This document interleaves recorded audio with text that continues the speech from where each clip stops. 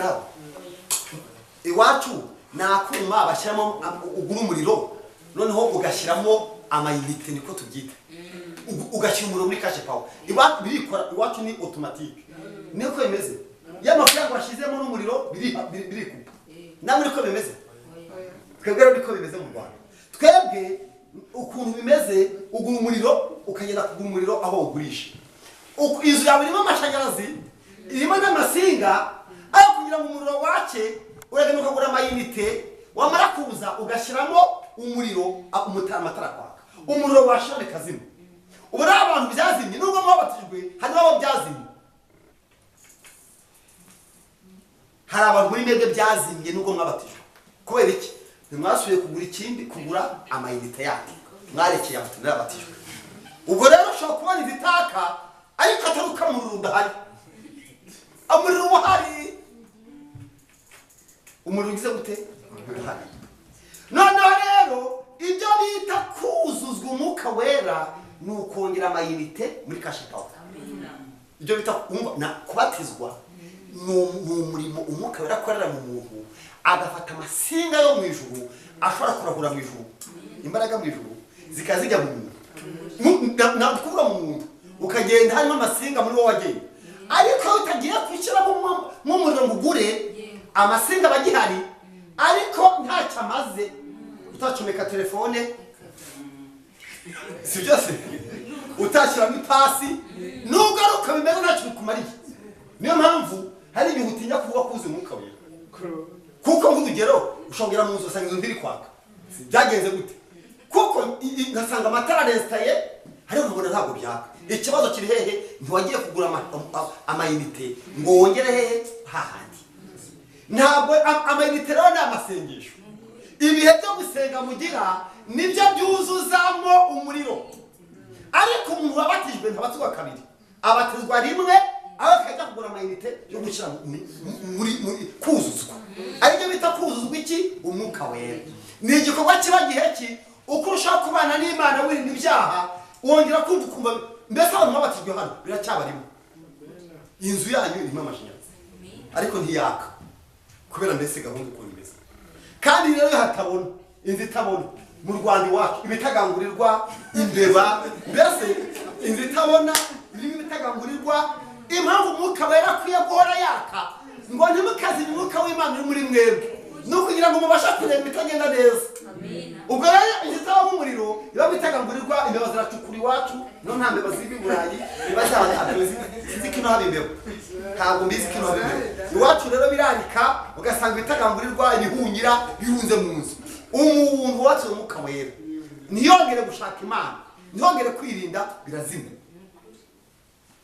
bigira gute birazimya ariko iyo yongeye kwegera Imana ntabwo abatuzwa bundi bushya kuko amasinga arimo mwibukike amasinga arimo icyaboragamo n'umuriro gusa ariko amatara arakanira ni mazima ariko ngira gutera ntibikora purize ntibikora nta mbese ntibikora kandi bihari nongera kubakangurira kongera kuzuzwa iki umwuka wera abo ni abantu bacu umwuka wera hanyuma abandi rero batigeze babatizwa na rimwe muri umwenda wo kugira ku rwego mukora amasengesho kugeza igihe Imana inyuze amashanyarazi mu mitima yanyu niyo cyerekana ko umuntu abatije mu mwuka wera rero umuntu wese ubatiwe mu mwuka wera uko yaba ari kose abo umuzungu abo mwirabura ubushakashatsi bwakozwe bwagaragaye ko umuntu ubatiwe mu mwuka wera avuga mu rurimi rushya ashobora kuruvugamo rimwe cyangwa kenshi ariko yabatijwe mu mwuka wera avuga ururimi rushya yaruvuze arimo akarekeraho ababatijwe ariko nta mpano yo kuvuga indimi afite ariko yari impano yo kuvuga indimi nyinshi arabatse bakavuga mu rurimi rushya nk'abandi bose babatijwe ariko bikazakomeza ubwo rero mu yandi magambo umwuka wera ntabwo atubyara ubwa kabiri gusa ahubwo yongeramo n'amashanyarazi mu mibiri yacu noneho imibiri yacu ikaba za bateri zibika amashanyarazi tuba turi amabateri y'Imana ubwo rero ngira kubakangurira abantu mugiye mubatswe umwuka wera ubu mwongeye mukajya ahandi mwawubatirijwemo mwakumva byemeye mwongera amayinite rero n'amafaranga mu matelefoni yacu nzi ko ino mu bigenza abo ushobora telefone itari gukora bateri y'ubu telefone ni nzima nta kibazo ifite cyane nk'izi smartphone aya matelefone meza cyane akora ibintu byinshi. Aya matelefone ashaka umuriro vuba. Kubera icyo ashaka umuriro vuba nuko agira fonction nyinshi. Agira ibintu byinshi bimara umuriro, ama video, amafoto, ibyahi. Ni nako rero mu Burayi bumeze. Umuntu ubi Burayi iyo adacometse neza murabona ko hari mbese umuriro washirana vuba. Kubera impamvu gusa. Umuriro winushira vuba. Nako mu Rwanda nubwo dufite ibibazo ariko umuriro ntuva gushira kubera ko twebwe dufite ibintu bituma tujya gushaka umuriro. Dufite inzara mbese. Dufite inzara ituma tushaka Imana. Nubwo baba mbese Imana tuyakwaka ibiryo imezi ibiryo. Tuyakwaka Imana ibiryo. Ibyo meze mutakijya kwaka. Abantu iwacu kubona no bativuza. Muri Afrika ibyo murabizi impamvu yeyo murahazi. Ariko natwe bidusubikira hehe gucomeka. Ujya mu mashamba kumva umuriro kwaka. Nuko bajyanwa n'ibiryo ariko Imana ibyungukiramo. Navuga ati ndabaha ibiryo ko namwe mbaye n'umuriro. Ibaha ibiryo. Ibaha ibiryo baje kwaka kabakuru. None mwebwe rero hano hari imbeho yo mu mwuka isaba yuko kugira ngo muhabwe imbaraga zidasanzwe nuko mu ibiryo mwebwe mu bigabanye. Twebwe nukujya kubishaka. Mwebwe nukubigabanya kuko birahari. Abantu barya umugati wacu mu Rwanda ni imbaraga. Kubona umuntu mu Rwanda urya umugati mu gitondo nkanye mfite abantu 10 n'urugero. Nigeze mbwira abana ndababaza nti ari umugati n'ibiryo bahitamo kimwe. Abana barambira ati duha umugati gusa. Usanga bari kumvuka. Nimba umugati baraza kunyaka n'ibiryo. Ndababwira nti rero kurya nk'umubyeyi ndahitamo amatekere byo kurya kuko ayo ninguri umugati simbona y'ibiryo. Inora mwebwe imigati murasi hari mu rugo usanga bakambira ngo ibyo ngizo ni ifi izo ngo ni nyakare n'umusiga kweri mufite ibiryo. Nimushaka imbaraga rero. N'uburyo bihari mushaka imbaraga. Ubwo rero abantu bato Umwuka Wera nubwo bisa nk'ibyazimye inzu yanyu icyarimo amasinga hakenewe connection ibyo nibyohereza mu kanya. Intambwe ya gatatu rero Imana ikugezaho noneho intambwe ya gatatu Imana ikugezaho igusigira noneho mu gutegeka. Ubwo ni intambwe kandi ya gatatu. Iya mbere kujya ubakati. Iya kabiri kubatizwa mu Mwuka Wera no kuzura Umwuka Wera. Ariko kuzura Umwuka Wera ni iminsi yose. Mwembi yavuze ngo utwuzuze iminsi yose. Umwuka Wera, kuzura Umwuka Wera buri munsi. Ariko kubatizwa biba rimwe, Umwuka Wera kuzuzwa bikaba igihe cyose ucometse mu bihe byo gusenga. Ubu rero ibyo tuba turimo n'ibingibi mubona twaje mu ubundi twagombye kuza tukasenga. Nabonye hano kuririmba ari ikibazo. Kugira ngo ibyo bihe byiza bize bisaba ko aboneka bazoririmba. Bazi kuririmba, bazi gukoma amashyi, bazi gusenga ku buryo mbese mwegerana ibi bintu birahari. Naha birakora. Ibintu ndi kuvuga birakora ntabwo biri kure yanyu ntabwo biri mu ijuru n'ibiri muri Afrika mbi hano gatatu twebwe. Ibi bintu birakora. Babisaba rero ngo mwe muzi kuririmba. Indirimbo ziri mu imbaraga idasanzwe. Kuririmba no gusenga kabiri. Niyo mpamvu mukwiye kwiga muzi kuririmba. Nabonye hano hari ikibazo iwanyu. Yavuze ngo umuntu asenge ubona mushobora gusenga mushuka mutabizi. Ngiye kumbwira ngo ko ravuga ngo musenge ukabona nta iyo bavuze ngo dusikage washoza mu musenge baratangura kuko mbese biri hafi ahangaha. Ariko kubera ubukonje bw'ibintu babiri kuri yo kujya ase ugategereza niba hari usenge wumva n'ikibazo cyo rero. Kuririmba n'umwete n'imbaraga no gusenga ariko bikaba nyuma kwihana. Ubundi ntabwo abantu baza imbere y'Imana baje gushaka ibihe by'amavuta ngo bahite bicara mu iteraniro. Ubanza kwikiranura imbere y'urugi hariya mutari mwinjira hano kabwira umuntu nti ngiye kujya imbere y'Imana none mbabarira hari ibintu byaba byanyambije mbabarira naho hangaho kuzukira hano. Ibi bintu bisaba ko no kwera bisaba no kwezwa. Icya gatatu rero Umwuka Wera akora aduha imbaraga zo gutegeka. Turategeka. Urumva Umwuka Wera aratuzamura nyuma y'uko byaho bwa kabiri ukuzura Umwuka Wera ukabatizwa ukanuzuzwa aguha imbaraga zo gutegeka. Bikubaho ryari rero ni ryari uhabwa imbaraga zo gutegeka ni igihe witondera ijambo ry'Imana. Kuko ijambo ry'Imana n'amategeko. Ijambo ry'Imana n'amategeko. Kugira ngo umuntu abe umutegetsi nuko abaza amategeko. Umuntu wese witondera ijambo ry'Imana akarimedita akoresha bita meditation ijambo ry'Imana ukaritekereza ukaryibazaho biguha ubutegetsi buherero imbere yawe kikuje imbere cyose urategeka abademoni bakayimenya kutasanzwe amen mukwiye gutegeka amen mukabatware mukagenda mutegeka ikintu kikuje ugategeka ukirukana bise ugenda wumva utari umuntu upfa ukandagirwa kandi ubikora mu mwuka ntabwo biri kunavuga mu ndimi nyinshi kubera ko hari ibintu byinshi waragezeho ntabwo ndagutinda rero ndashaka kubabwira ko ibi bintu bibaho kandi ntabwo ari amagambo ariko mbere yuko ndashaka ko tuza gusenga ndashaka ko tuza kubisengera sinshaka kubabwira amagambo gusa ndashaka ko tunasenga ndashaka kubasengesha isaha yose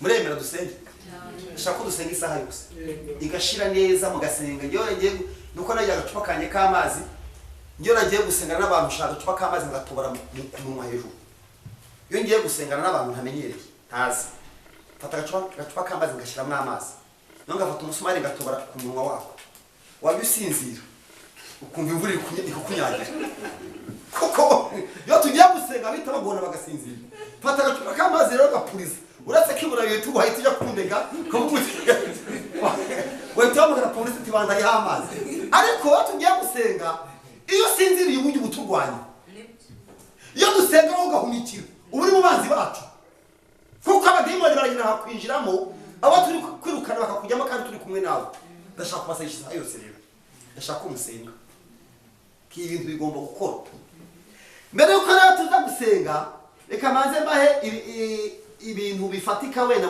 izi nyigisho ndi kubabwira muraza kuzibona ntabwo nzibima zirateguye ndaza kuziboherereza hari urubuga rero dukoreraho wenda paseri umushumba araza kubitubwira aho abadafite urwo rubuga rubaho inshuti ziri torero n'abanyetorero tuzaho izi nyigisho ziba zanditse neza ku buryo waza kuzisoma ubwo rero ndashaka kubabwira ibijyanye wenda ndafata urwego rumwe rw'umuntu witwa Dawidi kamujya kuri Dawidi gusa hanyuma ndekera aho ngaho niye kuza gutinda ngo ndashaka kubasengesha isaha yose igashira reka mujya kuri Dawidi hanyuma kuko mbaho inyigisho singomba gutinda kuko mfite iminota 15 ngo mbe ndangije kwigisha nagambye ko twigisha isaha imwe indi saha yose tukabasengesha abaririmbisha basengesha bakamubikoza utabikora atege azaza undi munsi ariko mugomba gusenga kugeza igihe ugasenga ukumva biratometse nuko mwabyumvise ndashaka ko turimba tukanasenga isaha igashira tutaha saa 5 ubu ni saa 15 ndashaka ko dusenga umwitozo w'isaha imwe amen ndashaka ko dusenga tukumva ibintu bibaye ndashaka kumva se isaha yose Dawidi muramuzi yishunaza kuziboherereza kuko zishaka gutwika Dawidi muribuka yuko yabaye umwami agikora iki ari umushumba muziko muri bakora bamusutseho iki hamavuga amaze gusengerwa agusigwa mu mutwe w'umushumba aba umwami yagiye kuyobora yagiye suye kuragira nese ugumva ari umwami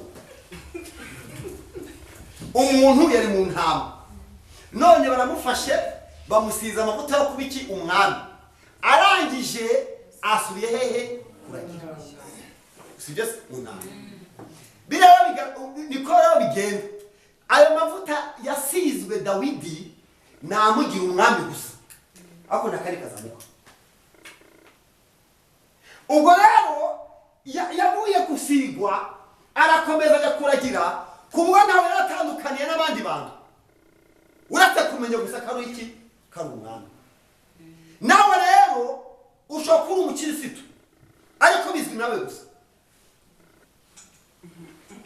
bizwi nande nawe wenyine ariko abakora rwose ngo ni umukirisitu niwe cyangwa se kuko nuse waba uri umwami ukaba n'abashumba yagiye kurya ibijumba abashumba bacu bajya kotsa ibijumba yari umwami usize ariko udashobora gukora ibyo yasigiwe ahubwo ari mu bijumba no mu bandi bashumba baragira mbese babandi bose kandi neza gute asize yari akenera kongera gusigwa bakangaye bwa kabiri kugira ngo ave hariya hantu mwabyumvise ayo mavuta rero yasizwe yamugize umwami ariko yahubwo yagiye mu ntambara nyinshi ajya kuragira izo ntama agarutse akajya anacuranga Dawidi Sawuli ahora yahuye n'ibibazo bahamagara Dawidi bati muhamagare Dawidi agaruke akajya gucurangira Sawuli akamugerageza akamutera amacumu kandi umwami ni amavuta kujyana mu ntambara z'umuhamagaro ugakizwa bagasigara bibaza ugasanga nta kintu cyahindutse ubukene muri kumwe inzara muracyabana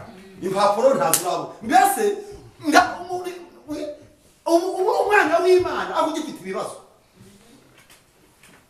ni amavuta kubyara ko umwana w'Imana ariko ibibazo kajya gute kabigumaza ndetse ukajya bibaza niba uri umukirisitu n'abantu bakubaza igihe n'icyo bikumanira nawe kubiguteye isoni zo kubivuga niyo mana yawe ukibaza icyo mana bimaze hari umuntu abaye muri ibyo bihe hari umuntu wigeze aba muri ibyo bihe ugakizwa ukumva ko uri umukirisitu ariko ibibazo byawe byose wakijwe ufite nta na kimwe cyavuyeho urumva usubiye kuragira kandi wasizwe urumva ubaye umwami barakwimitse bakomye n'amashyi ariko ibigeragezo ni karande byakubayeho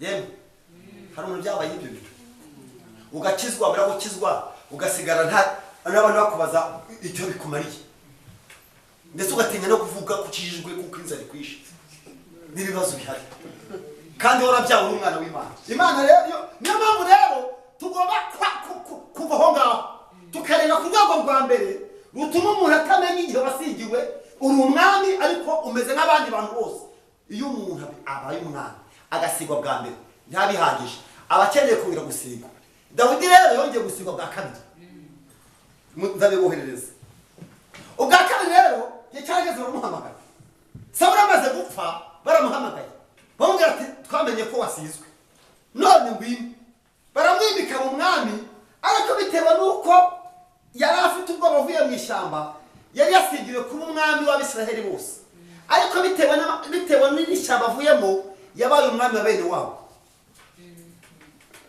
bene wabo bari bande Abayuda baravuga bati twamenye ko wasizwe nubwo umaze imyaka 40 mu gihugu ariko ngo nubasi utuyobore ubu umwami aragenda atura ahantu abayobora ariko ayobora bene wabo gusa ubu rero cyangwa urwego rw'itorero ririho ryahi Buruseli ubu turi muri kurwego rwa kabiri wo kuba muri mbese abantu bashobora kuyobora no gusengana ari abene wacu saa tukiri so bashubu ubu naha tugeze guhamagara abanyarwanda bene wacu mbese tukumva mbese tutege tufite hari ukabene wacu si byose siko muri baraga dufite neza bene wacu nabo bitoroshye kandi Dawidi yaje cyarageze yongera sigo gatatu noneho ayobora Isiraheli yose Imana izabahimbara kugira ngo uyobore muzayobora abazungu izi mbaraga ntabwo maziyoboza abazungu izi ngizi ntabwo makuru mujyayo nimuze muragenda muzeruri izi ntabwo zaje rwose niba ari izi ngizi zo ntabwo zazajyayo mushumba izi ntabwo zagenda rwose turacyari ko bakangahe kwa bene wacu muzabonera abantu bagira amatorero y'amoko ugasanga koko nibyo yarakijijwe ariko wakwitegereza ugasanga izo mbaraga zikora muri bene wabo basa cyangwa bava ahantu bamwe muzabona amadini y'abantu bamwe buga rero nabo bari ku rwego rwa kangahe rwa kabiri izo babwiriza bene wabo bafashwa ari kumwe na bene wabo bafite ibintu mbese ngo bafashwa ari uko bari kumwe na bene wabo gusa ariko Imana yatumye mu mahanga ngahe yose nimugera kwa gatatu rero hari igihe muzikira mu iteraniro ririmo n'abandi bantu ariko izi mbaraga ziri hano ntabwo zaza n'abandi izi mbaraga dufite ni nkeye ubwo nakuye imbaraga z'Imana zize mushumba ni intambwe 3 abantu bagomba kwihana ibyaha n'ibicumuro icya kabiri bagomba kwasiga umwuka wera bakanawuzuzwamo icya gatatu bagomba kuba mu ijambo ry'Imana bagashyira mu bikorwa n'ikimana babwira mu ijambo kugira ngo babashe gutegeka ibi byose mubona hano mukwiye kuba abategetsi mukagenda muri abatwari mukamutegeka muri mu mataxi muri kuri mu taxi voiture muri kuri za tram muri kuri za metro muri ku matre mukamuri abategetsi kamuri umuntu mbese wibitse imbaraga Imana idushoboze kandi Imana turinde Yesu nashimwe ubwo rero muzareba ko nimubona kanya yo gusomanaza kwiboherereza Dawidi ukuntu yasizwe amavuta na bene wabo muzabireba asizwe bwa mbere irafite amavuta komeje kuragira intama mbese kandi yabaye umwami asizwe bwa kabiri Abayuda nibo yayoboraga nabyo muzabireba ndabihohereza ku mukanya ubwa gatatu rasigwa yahise ayobora Isiraheli yose. Dukwiye kugira ku rwego tugira imbaraga zituma tunesha cyose kiduhiga kandi kose kaguteye ukaba ufite ubutware. Rero kubera ko nzi ko bishoboka ibi ndi kubabwira nubwo bimeze nk'inkwi bikomeye bimeze nk'amagufa ariko nzi ko bikora birakora. Ngenzi ko bikora kugira ngo uzarenge urwego uriho nuko wongera ibihe byo gushaka Imana no kwirinda ibyaha.